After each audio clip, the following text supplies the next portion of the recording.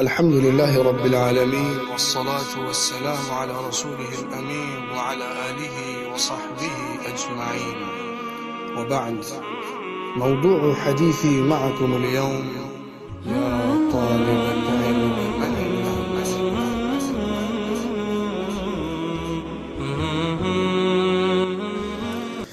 أيها الطالب، أحب أن أريك صورتك وأصور لك حقيقتك وأبين لك مكانتك. أريد أن أذهب بك إليك لتخوض في بحر ذاتك وتسبح في نهر عرفانك. أحاول أن أعرفك لك وأعرضك أمامك.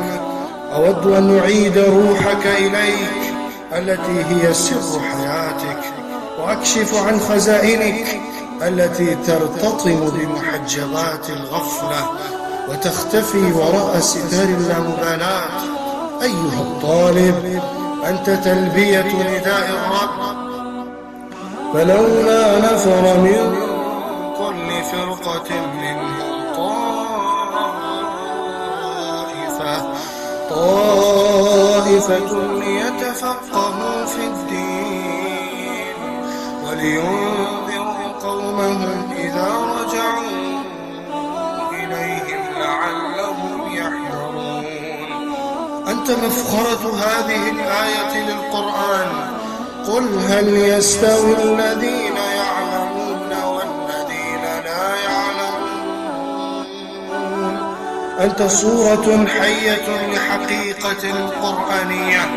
إنما يخشى الله من عباده العلماء.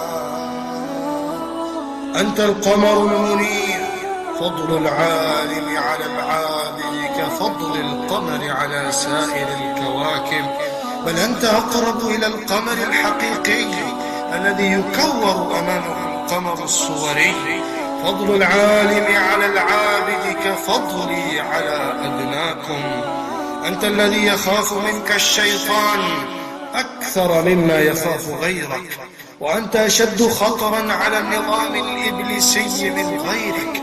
لفقيه واحد أشد على الشيطان من 1000 عابد. أيها الطالب، عندك سر مكنون تطل به على أسرار الكون، وتحل به معضلات الدهر، وتغوص به في بحر الحقائق الثابتة، وتعثر به على ينبوع المعارف، وتنفذ به إلى كنه المظاهر، وتتطلع به على مكمن اللآلي ومخبأ الجواهر. عندك نور وضاء لماع، أحر من أشعة الشمس حرارة، وأحلى من ضوء القمر إنعاشا، وهو أهدى سبيلا من علامات السماء، وأكثر دلالة من النجوم والكواكب.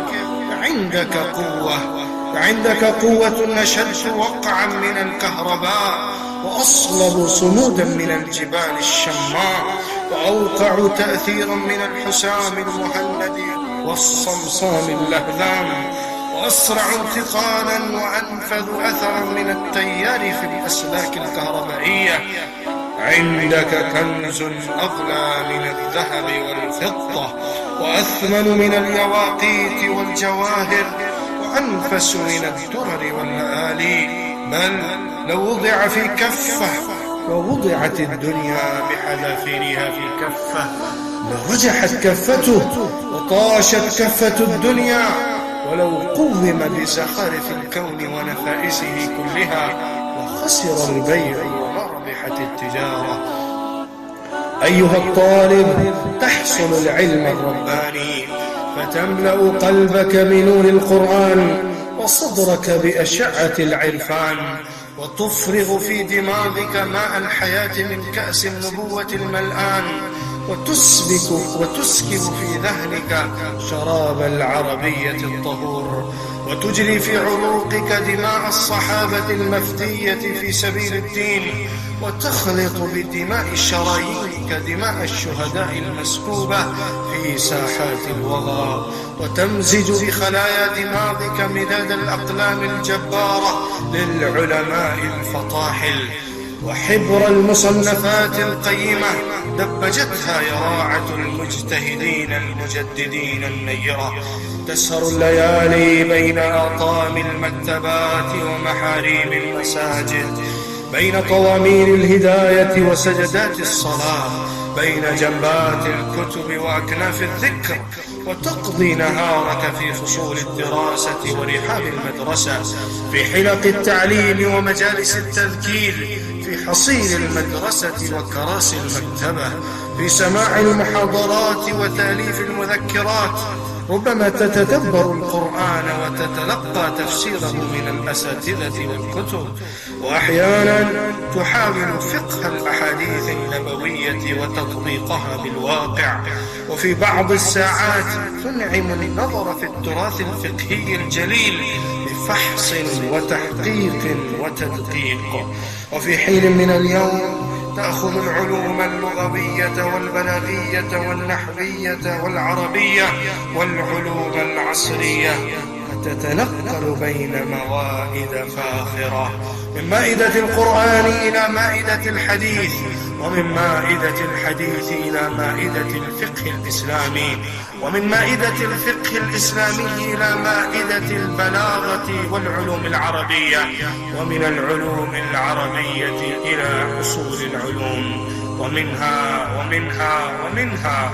أيها الطالب، أنت تلميذ مدرسة النبوة، أنت منتسب إلى طلاب الصفة. ابحث نفسك في حلق المسجد النبوي التعليمية، وفي مجالس فقهاء المدينة السبعة، وفي مدارس الأئمة الفقهاء المجتهدين، ومراكز الأعلام المحدثين. ربما تجد نفسك زميلا للقاضي أبي يوسف ومحمد في مدرسة الإمام أبي حنيفة، ولابن القاسم وعبد الله بن وهب القعنبي في مدرسة الإمام مالك، وللحميدي والمزني في مدرسة الإمام الشافعي، ولأبي بكر المروذي وأبي بكر الأثرم في مدرسة الإمام أحمد بن حنبل، وللإمام مسلم بن الحجاج وصالح بن حميد في مدرسة الإمام البخاري، ولابن القيم الجوزية وشمس الدين الذهبي في مدرسة الإمام ابن تيمية. وربما تجد أمامك الإمام البخاري يلقي دروسه من جامعه الصحيح في بخارى، والإمام مسلم ابن الحجاج يملي كتابه الجامع الصحيح في نيسابور. ثم ابحث اسمك في سجلات بيت الحكمة ببغداد، وفي ملفات جامع الزيتونة بتونس، وفي قوائم جامع الأزهر بمصر.